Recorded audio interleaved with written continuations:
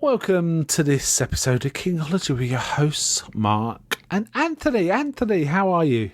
I'm doing great, Mark. I am so excited to be back with you. It's been a while. It's been a while. November was the last. I know. I've really. So, 10 months? 9 months? 10 months. And wow. But I'm so happy to be back with you. I've been looking forward to this. Yes.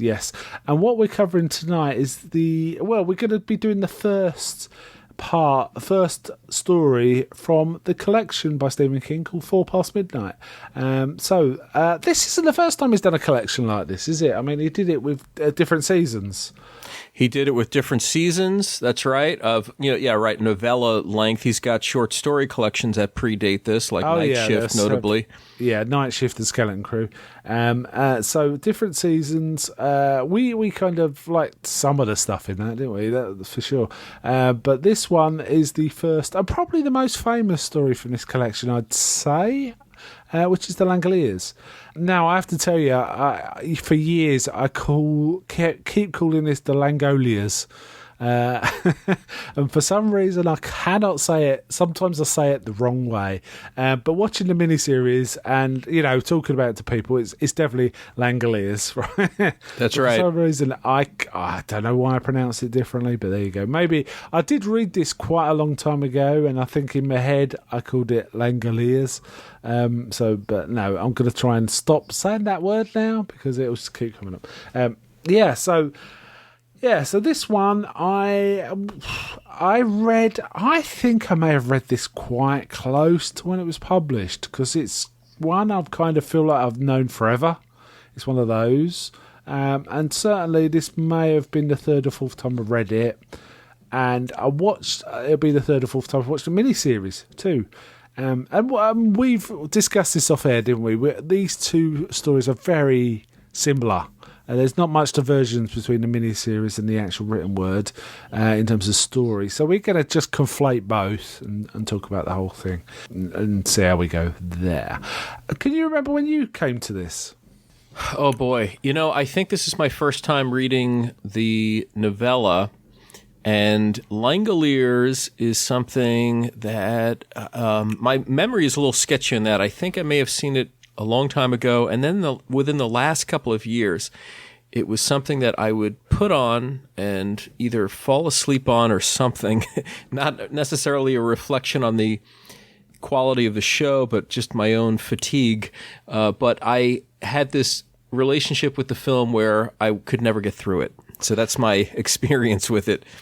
Yeah, my feeling on the miniseries, it's an interesting one because it is fairly slow going. It's slow going, but I find it quite mesmeric and difficult to stop watching.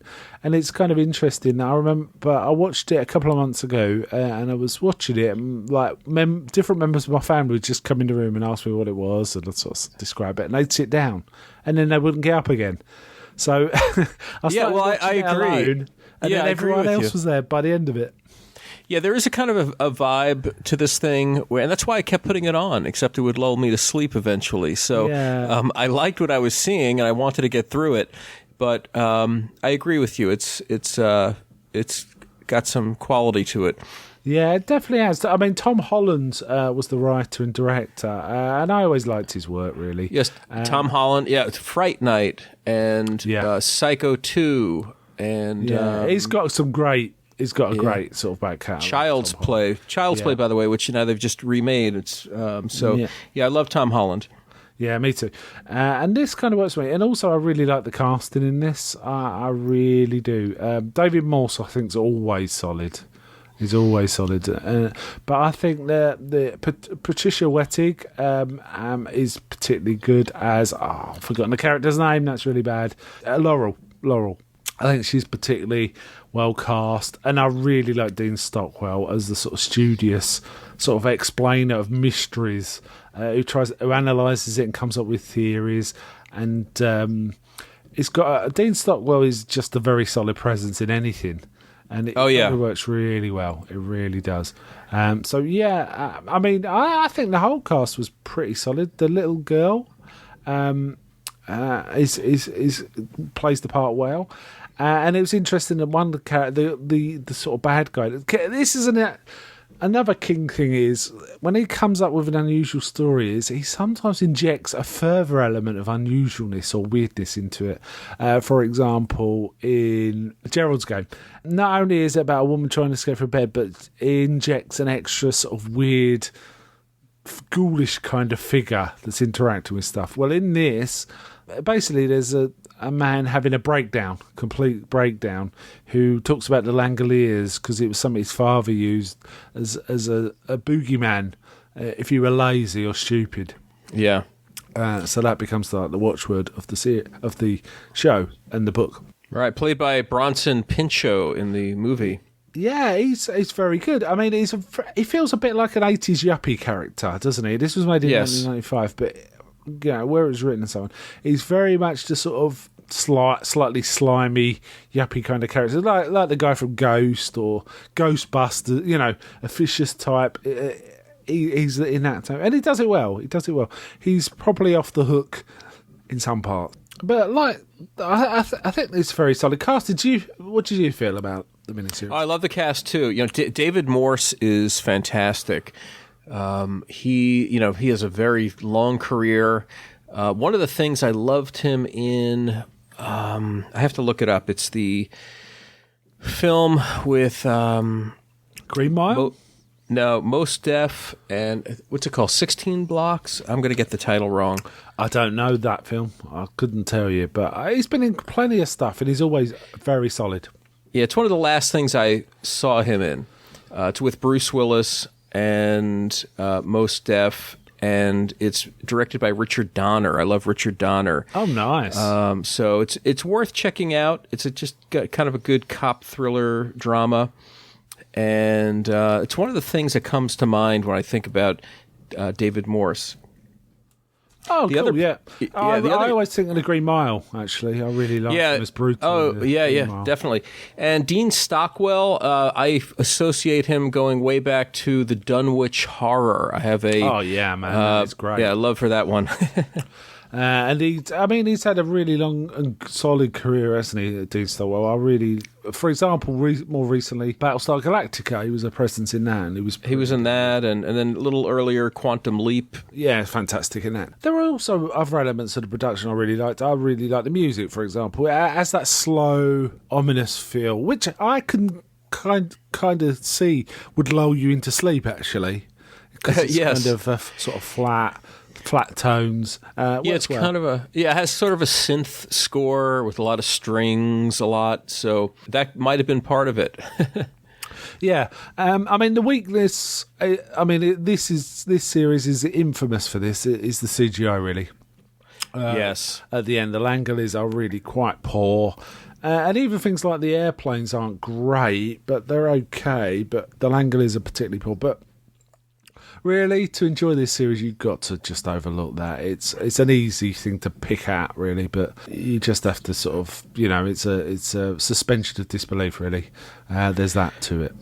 Yeah, you have to set it aside. This one, like a couple of years later, Stephen King's The Shining miniseries, which is always going to be compared to the Kubrick thing. Both of them suffer from that reliance on CGI, where they really should have backed off of it. So they probably could have done without it, done some other practical method or hinted at the creatures.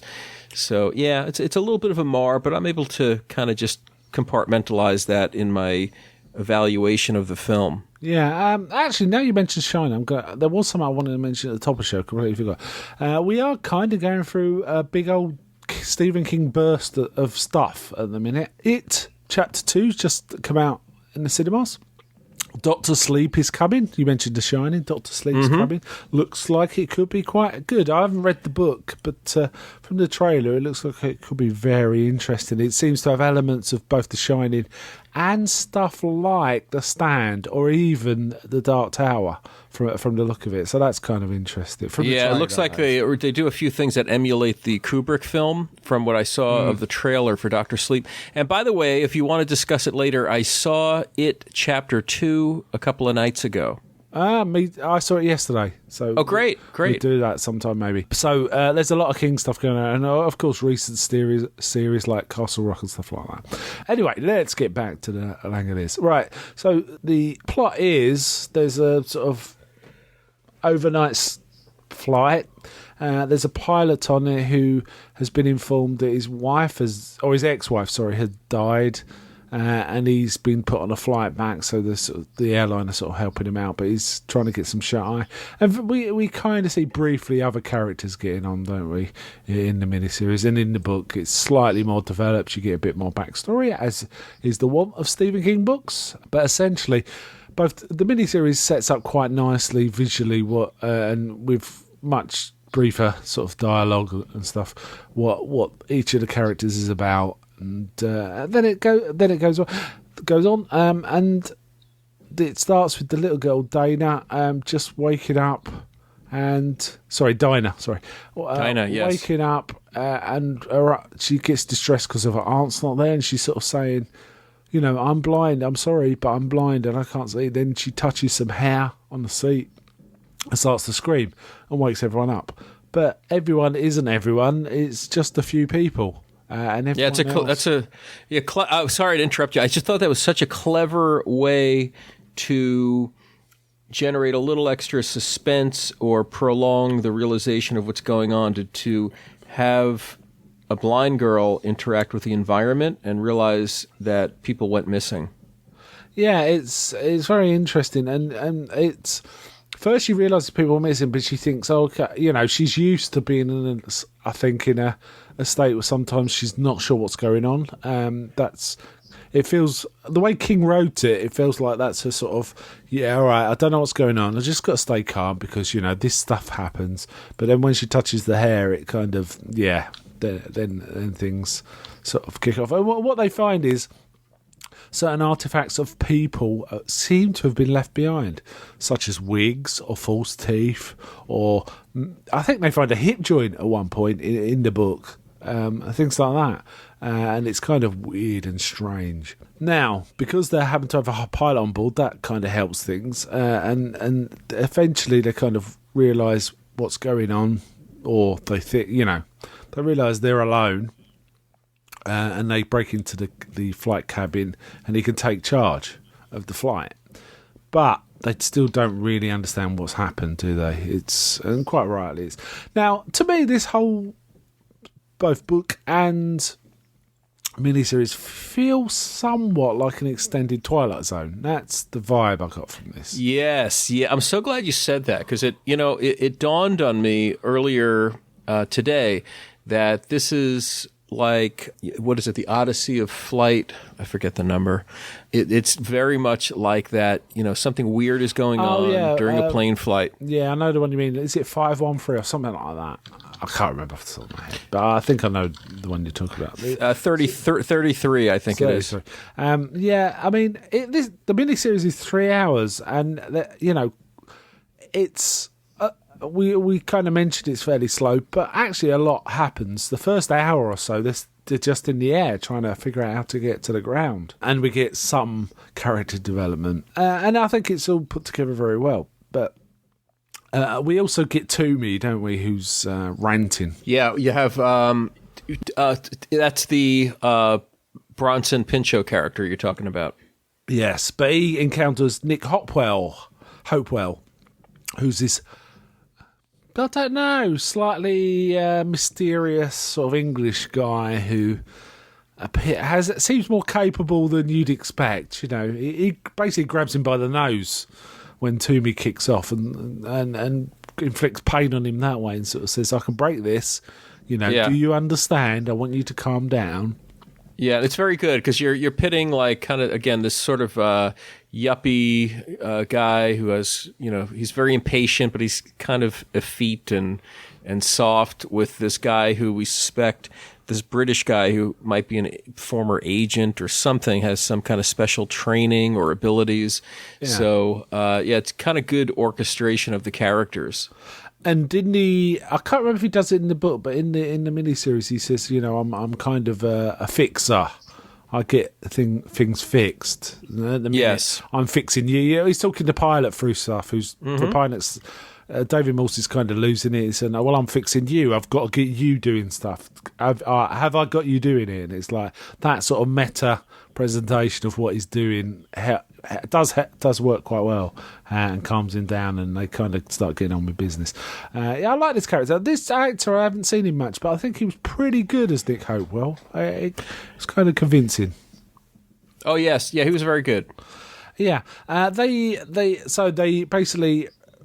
He starts thinking about where he's got to go. We also, I should mention, both in the book and the miniseries, we see Toomey, the yuppie guy, being quite obnoxious before the flight even begins, shouting at, I want a window seat. And the ladies go, well, if you go over to that desk, he goes, no, I want to deal with you. I'm your problem. I'm not someone else. So we see this horrible guy. And I think at one point David Morse and another senior airport guy says to each other, yeah, there's always one on every flight, isn't there? Kind of thing of that type. We get a few other characters. We get a sort of a blue-collar guy, Don Gaffney, who's a sort of tool worker. He's on his way to see his granddaughter. We see a young guy called Albert, who's a violinist. We see a young lady called Bethany Sims, who seems a fairly normal young lady, but appears to need to go into rehab. So obviously she's got some sort of problem. Yeah, you've got a big, very big ensemble. It just occurs to me, this, like many of King's stories, is one of these things where he throws a whole bunch of people into a crucible situation. Yeah. And you got to see what happens sociologically, how they organize, who becomes the leader, and how they cope with things. Very reminiscent of situations like The Mist, where everyone's trapped in the supermarket together with monsters. Very reminiscent. Yeah, many of his books do that. The Mist is a standout, but on a longer canvas, there's also The Stand and It. Even the kids coming together in it. Of that kind of vibe. And also, I already mentioned, King always throws something odd in. We also get some insight that Dinah, the blind girl, is somewhat telepathic, or possibly has a touch of The Shining. She senses stuff. She can kind of see through Toomey's eyes, for example, which is kind of interesting. That's right. We also get informed that basically Toomey had a horrible, overbearing father that kind of made him this way. Being obsessed with winning rather than sort of any sense of decency or anything like that. Yeah, another Stephen King trope, and that comes to mind a lot because I'm thinking of Bev from It, where you had the abusive father, and in this one, he's a kid who must have been kind of tormented by this high, way too high expectations of his father, and the whole construct of this Langolier idea was that they eat the lazy, and I forget the words they use, but basically people who are idle or lazy. Yeah, don't take their responsibilities. Basically, if they're not responsible, right? If they're not responsible for what they do. So the miniseries, the first hour was sort of dealing with the flight and where to go, and he decides he's going to Bangor Airport, which is where they filmed a lot of this. Is where they're going to go. So Bangor, Maine. And Toomey kicks off again because he wants to go to Boston, but he soon shuts up when Nick Hopewell has a bit of a word with him. So when they land there, he's saying on the radio, clear this runway, I have to come in. When they land there, it's deserted and quiet and nothing's happening. And they go through the airport and there's nobody there. And also they start noticing weird effects, the environment. There's no echo, the air's flat, the food is tasteless, matches won't light. There's something wrong. They realise. Yeah, it's like everything is dampened, whether it's sight or sound or sensation. If something is carbonated, it's flat. If the sound of your shoes on the floor are like sort of softened and dampened. Very interesting. Just the whole world has gone flat. And we get Dean Stockwell's character actually I think this is really well done. He's a mystery writer, so he speculates on the root cause of stuff and what's going on, and they're talking. He kind of works out that it's some sort of time rip. They've gone through some sort of time rip, so they're people out of time, as it were, and this is what the universe is like when you're not in your proper time stream. Is kind of what he's saying. Right. In the meantime, Toomey's getting worse and worse. Starts talking about the Langoliers, and he goes off on his own. Meanwhile, they're investigating. I should have mentioned, there was something at the beginning of the miniseries. They sort of say, "Oh, we've seen the aurora borealis over the skies." He goes, "What, in July around here?" And it's kind of, so we kind of get a hint there's something weird going on. But as they're investigating, they start to realise there's a weird distant noise, isn't there? Like a weird hum. So something's coming towards them. And Dinah sort of tells us more, doesn't she? Yes. Now, I can't remember how, but Toomey gets hold of a gun and he takes Bethany hostage, doesn't he? But the young fella... Sorry, I'm going to get lost in the names here. The young fella, the violinist, Albert, kind of interrupts him and actually takes a bullet to the chest. And in fact, he thinks he's been shot. They overpower Toomey, but it turns out the gunpowder was also affected. So the bullet basically, that's right. It was almost like a misfire. The bullet just right. That environment again, everything being dampened. It's like everything goes flat. You can't strike matches, and they worry even if they were trying to leave there that the fuel would work, that the combustion engine would work properly. So that's why the bullet was ineffectual. Yeah. So and Nick gives him the bullets. There's a sort of a memento. And Albert says, "I figured maybe the bullets would work." And Dean Stockwell's just like, "That was really brave. Thank goodness I was right." It's like I could have been wrong. So Dinah again sort of says, the noises are getting louder, but they realise the stuff on the airplane wasn't, the matches worked on the airplane, but they don't work outside. So there's something about they've carried the present with them in the airplane. And there's okay, well, can we actually take stuff on the airplane and it work? Because they realised they've got to fly back through the time rift, right? But to do that, they have to refuel. But is the fuel going to work, because it's got this weird effect. But when they go back to the plane, they kind of experiment. They realise the fizz comes back into their drinks and the matches light when they didn't work before. So the plane itself seems to have sort of an effect to make things back to the present, as it were. It's kind of clever, isn't it? It's clever stuff. Yeah, definitely. And I think one of the reasons it's fun to watch is because it's almost like a mystery rather than a horror, right? Yeah, this one tantalizes you all the way with what's going on, right? So you spend a lot of time just with weird, unexplained things. That's the power of a TV show like Lost, right? That kept us watching for all those seasons. What in the world is going on? And then it gets revealed a little bit. You get clues, and then let's try this, let's try that. I feel like that's what powers this plot.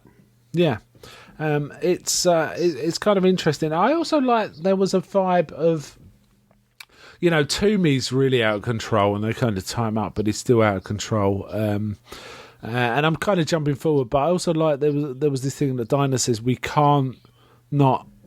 must help Mr. Toomey.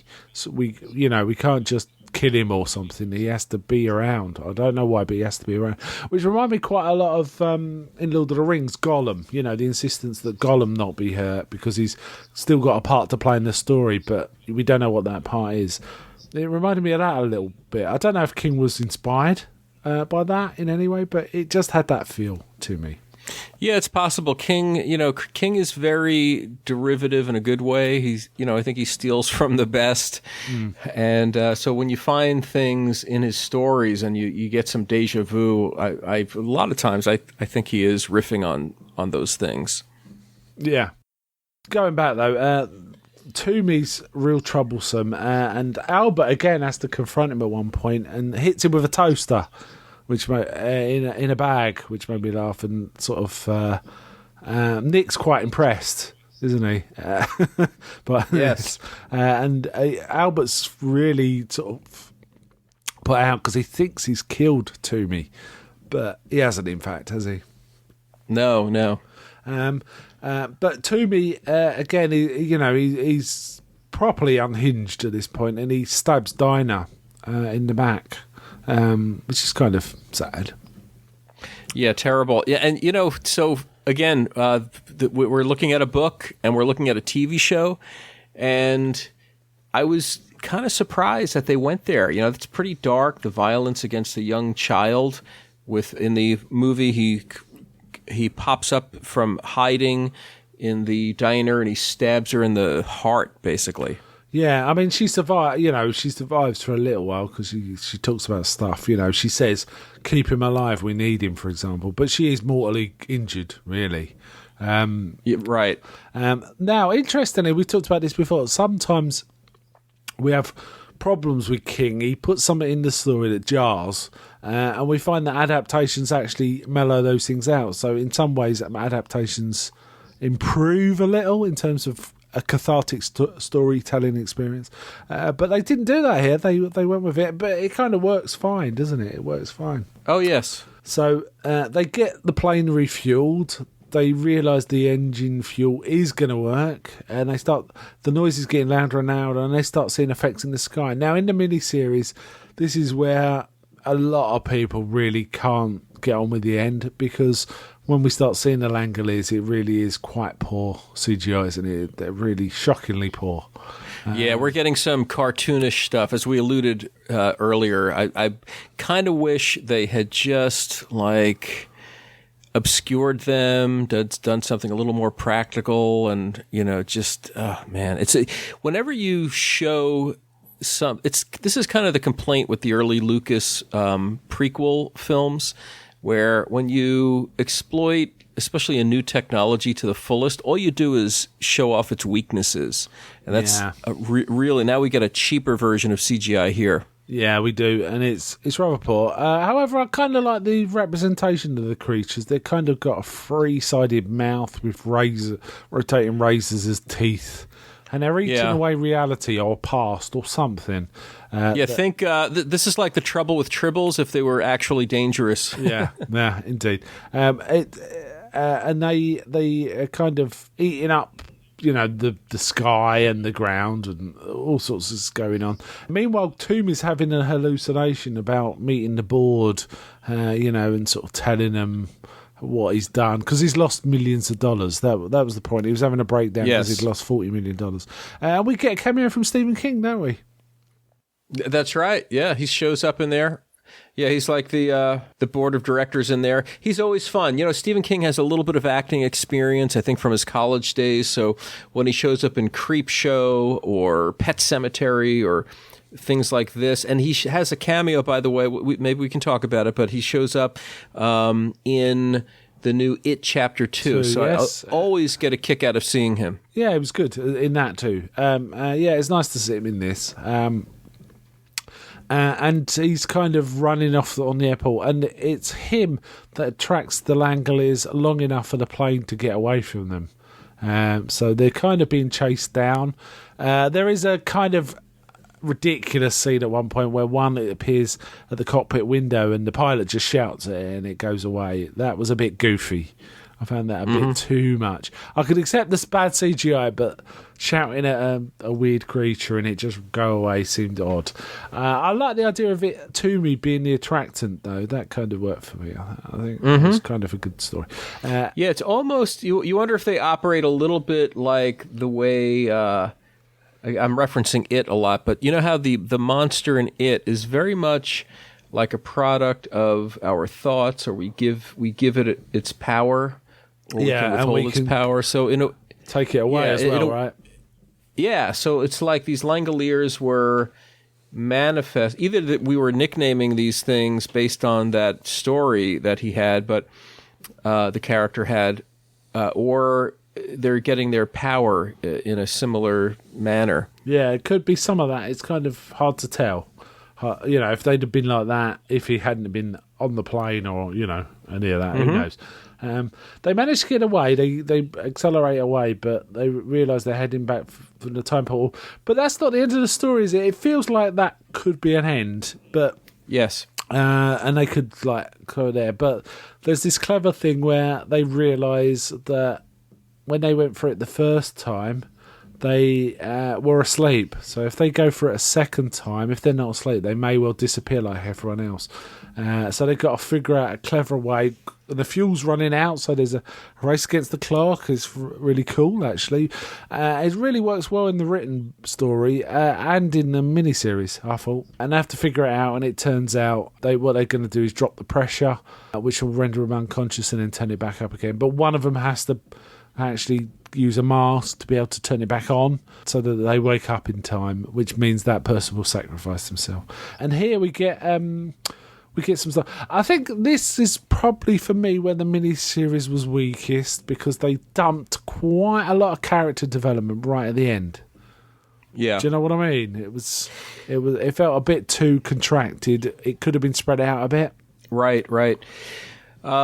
It's interesting how these stories like this, I'm yet again going to reference it, but it occurred to me then, and I'm thinking about it now, how this is one of those things where there's like a little, how when you build a world and there's rules for that world and how things work and how things operate, you have that at play here. So I just thought it was interesting as I was watching this that the realization that you've got to be asleep. It was sleeping that was the mechanism with regard to that dimension they went through, or whatever you call it. So I was just struck by kind of the rules of this story. Yeah, it was clever, and it was kind of a nice. And I can see a lot of people watching the miniseries, at least, not realising that. So when Dean Stockwell suddenly goes, "Quick, turn around," it's like, what's going on? And it would have, been quite a shock in a good way. Of course, that makes sense. And it does make sense. It makes quite a good internal sense, which I think is another thing that makes this story quite attractive, in that it doesn't break its own rules. And staying to the rules actually makes the story more interesting, actually. So they figure it out, but Nick has to sacrifice himself. At this point, he talks to Laurel, and they've kind of got a thing going on, haven't they? She's going to meet someone because she wants an adventure, and man, does she get an adventure here. But he's sort of saying, I think you and I could have had something. Is that true? And then he asks her to pass a message on to his father. Who's called the Gaffer, by the old people, and he says, tell him it's about the daisies or something like that. It's quite an odd message. She promises she's going to pass on the message, and it worked for me. There was chemistry there, so it kind of worked for me. I liked it a lot. Yeah, that was the most interesting character development and backstory of the whole thing. The idea of a guy with a past.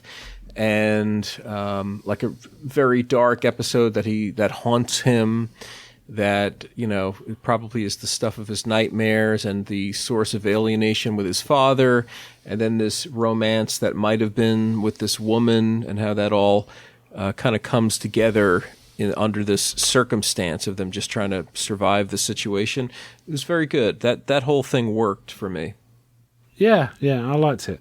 But like I say, it felt a bit too much contracted right in the third act. I think it could have been spread out a little more, but honestly, that's a minor criticism. I think it worked quite well anyway. Yeah, it works a little better in the novella because we're getting some of the mystery of this character parceled out over time, and then you get the final reveal and backstory late as well, but it probably doesn't feel tacked on the way it might have in a short running time. Mm-hmm. Yeah, I mean, in the written story, we get Nick thinking about, what he did so much earlier, so we kind of know it's on his mind, and he's got this guilt for since forever about what happened, about, and in the written story, it's more about kids than a man. He accidentally shot some kids who he thought were men throwing grenades, and it was just kids throwing potatoes. Yes, if I remember right. So, he's obviously guilt-struck by that, and to get over it, or to do his duty, he's now gone into this kind of more secret line of work. But, he's obviously never been happy with it. So we get that. Anyway, they get through the thing, but everything still looks the same. So it looks like it hasn't worked, doesn't it? Like there's no one around, there's no lights on, but they go land. But the air, once they land, they realise the air's different. It doesn't feel dead. It feels quite vibrant and stuff like that. So they realise they're in it. And then the writer surmises they're actually a little in the future, and time's got to catch up with them, which is quite a cool thing. Yeah, right. It's like they've landed in the ballpark, so it wasn't really apparent that things were different. But then as they really tune their senses to their surroundings, they're realizing that what we talked about earlier, about how, whether you had a beer and it would be flat, or the way sound seemed dampened, that things were a lot more vibrant. And so that gave them some encouragement that something was different this time. Yeah, it was kind of cool. And then Dean Stockwell's character sort of suggests they go stand in an alcove out the main sort of corridors, because time might catch up with them, and he doesn't understand what the effect might be. And indeed, he proves to be right. That's exactly what happens. And they kind of just appear, don't they, in the current reality. And I think a kid notices them and says, there's the new people. And Laurel's kind of saying, yeah, we're the new people. And they're kind of excited that they're back where they should be. And then they start talking about, should we go and tell the authorities? And it's like, no, let's just go see the sky first. Let's... Yeah, it's almost like they're in their parallel dimension, or like vibrating at a different frequency or something. And they, so the people in the airport looked like ghosts to them, and they were probably starting to come in like ghosts to anyone who could see them. And they're spotted by a little kid. And by the time anyone else notices them, they're fully present and with these other people. I think they went slightly into the future from where they had been, and now they're back. Yeah. So, yeah, very interesting. So it almost touches on that whole, parallel universe thing as well, possibly. Yeah, it was kind of cool. There is one reference in this script that made me laugh out loud.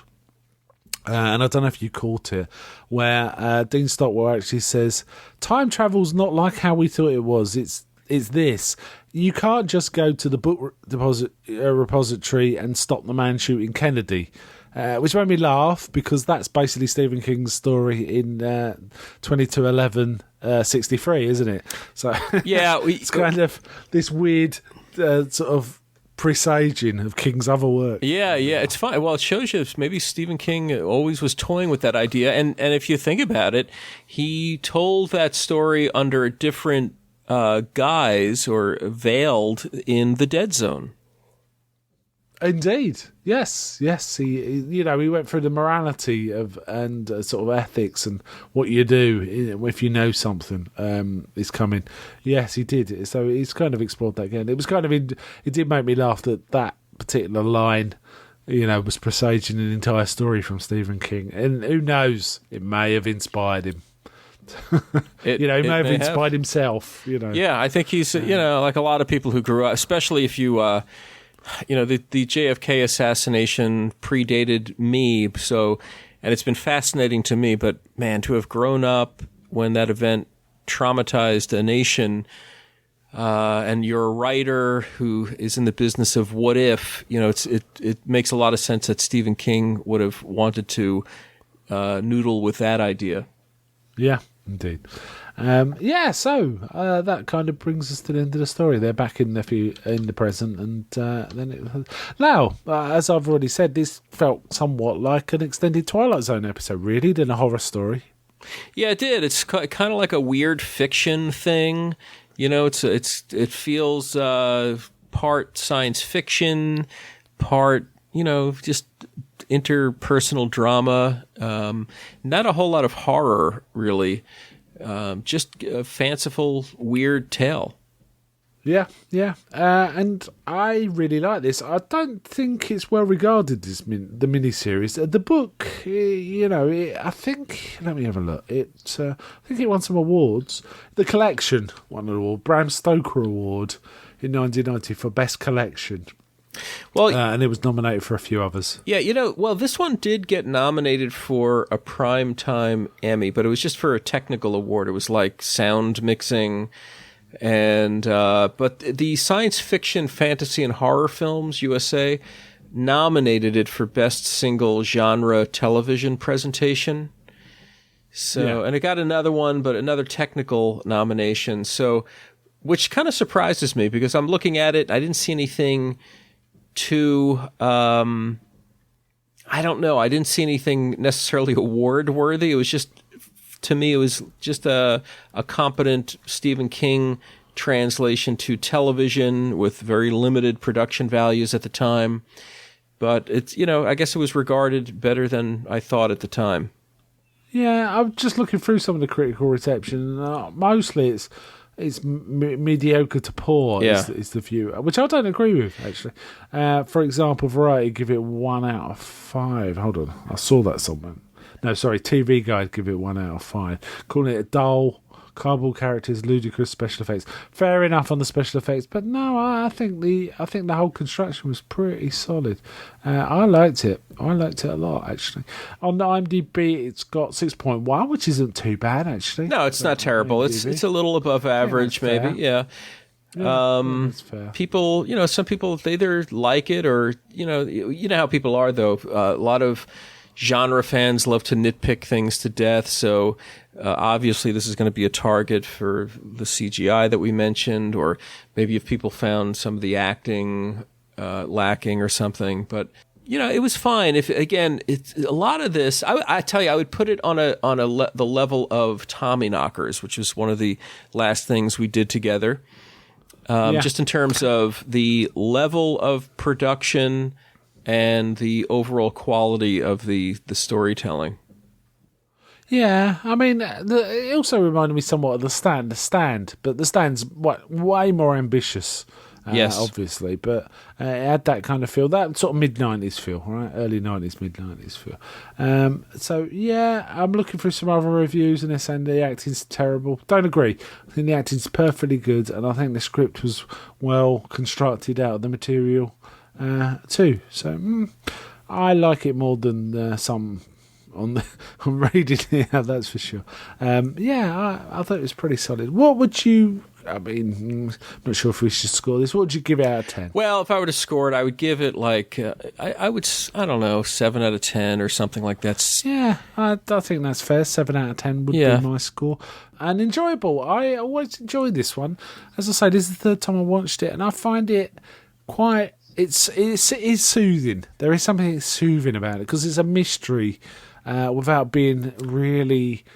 I don't understand what's going on. Each mystery is presented quite clearly, and then solved. Yeah, and then the next one. So in a way, it's kind of a relaxing mystery. It is. That's a kind of a good insight. Like that's the reason why I like a lot of the Stephen King TV adaptations that, some people are just very dismissive of, and that includes The Shining. I'm able to just forget that there was a Kubrick film and just enjoy all the Stephen King tropes. This is Stephen King wanting to, tell a story. And yes, he does indulge in some of his sappy, syrupy stuff, and it's a little dialogue heavy sometimes. But I like that. And so, like, I often don't have an illusion that a particular film was the greatest example of its kind, but something like this, or I go back to Rose Red as something that, like, if I just feel like kind of like lounging and settling into something that requires a long train of thought, a Stephen King adaptation fits the bill for me. Yeah, Yeah, that makes sense. Yeah, okay. I think we'll wind out there. Actually, let's talk about last thoughts on the Langoliers. I'm happy to go first, or would you like? Oh, to? go on ahead.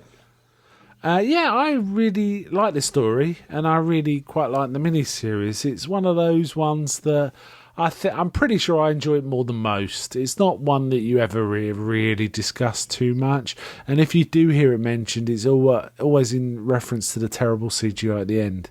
That seems to be, where people describe the one where, Friends episodes, the one where Ross does this. This is the one where they have terrible CGI at the end. Yeah, right. And I mean, so, I'll tell you, what is it? It's all of 25 seconds that you see some CGI. So, in the scheme of a 3-hour production. So, I mean, it's silly to say, oh, they ruined the whole thing with that. You just kind of, you wink at it. And the thing is, that's 20 minutes before the end. No, probably more like half an hour before the end, because there's quite a lot after that. So it isn't even the end, actually. It's just a lot of people remember it that way. So, so I enjoy this quite a bit. I'm not even going to call it a guilty pleasure because I think it's solid. I think the whole thing's very solid. So, what's your thoughts? Some similar thoughts as you. I would tell people, if you like, a good ensemble. This has really some good actors. We mentioned the ensemble: David Morse, Dean Stockwell, Bronson Pinchot. Some good people in here.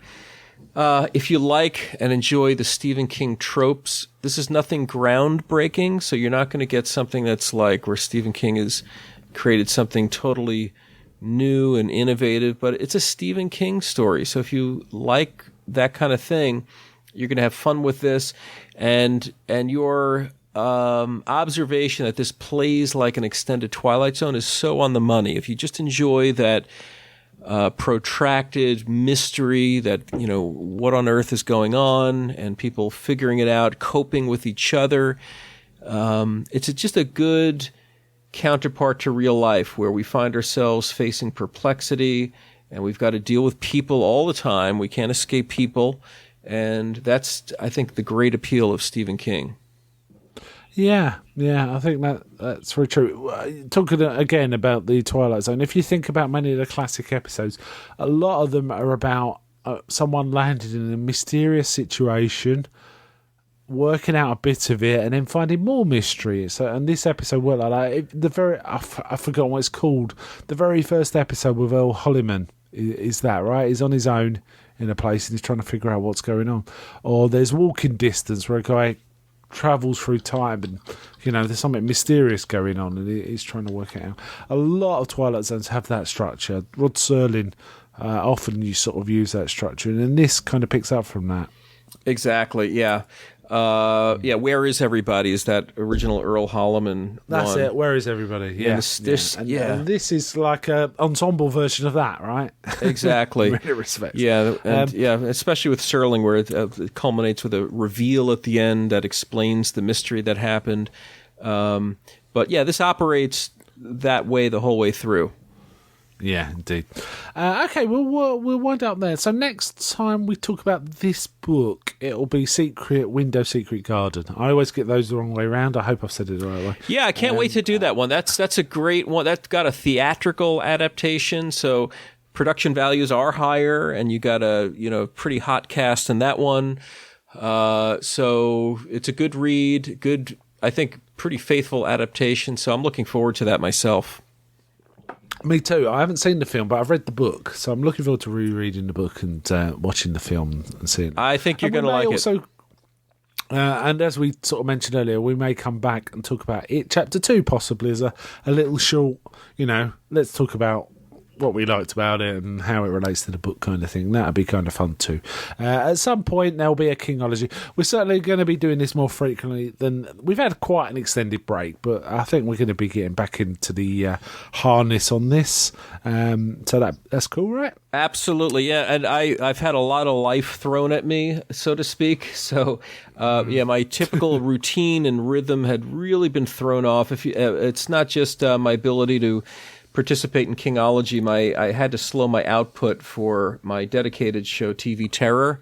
So I've been getting, one or two things out per month, more like once a month lately.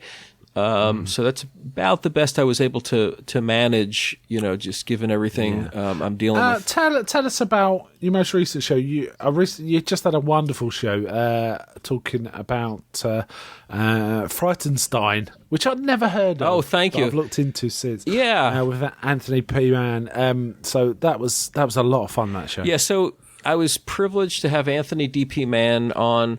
So many of our people, our listeners, us, have all been involved somehow as listeners with the Horror Etc. community and podcast, because we had that 7.5-year run of that show, plus a great, most of us got to know each other on Facebook. That's how we began working with each other, and you become friends, and then you start to partner on things.